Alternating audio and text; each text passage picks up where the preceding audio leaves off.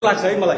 हामी त अहिले नयाँ खुलेका हौँ। हामीभन्दा अगाडिका सहकारी संस्थाहरूले पनि ती सङ्घहरूमा हामीलाई सदस्यता दिनुहोस् भनेर आवेदनहरू दिनुभएको छ, तर उहाँहरूले सदस्यता प्रदान गर्नुभएको छैन अहिलेसम्म।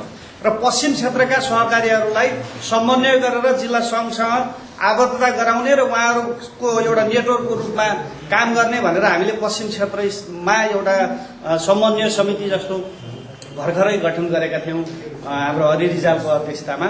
त्यसले चाहिँ कार्यक्रमहरू सञ्चालन गर्दैछ र पश्चिमतिरका सहकारी संस्थाहरूलाई ती सहकारी संस्था समन्वय सङ्घहरूसँग आबद्धता गराउने कुराहरूमा त्यो चाहिँ लागिरहेको छ। तर जिल्लाले मुख्य रूपमा के गर्नु पर्थ्यो भने जिल्लामा 324वटा सहकारी संस्थाहरू जता भइसकेका छन् भने ती सबै सहकारी संस्थालाई उनीहरूले अब बचत तथा ऋणले दिनुपर्ने हो अथवा बहुउद्देश्यले दिनुपर्ने हो, कसले सदस्यता दिने हो, ती सबै संस्थालाई आबद्ध गराएर उनीहरूलाई सहकारी शिक्षाको कुरा भयो, तालिमको कुरा भयो, यहाँ महिला दिदीबहिनीहरूका कुराहरू उठे, तालिमको कुराहरू उठिरहेको छ, सहकारी शिक्षाको कुरा उठिरहेको छ। त्यो कुराहरू जिल्ला सङ्घले सहकारी डिभिजन कार्यालय अन्तर्गत सञ्चालन गर्नुपर्ने हो, तर दाङमा त्यो भइरहेको छैन जस्तो लाग्छ।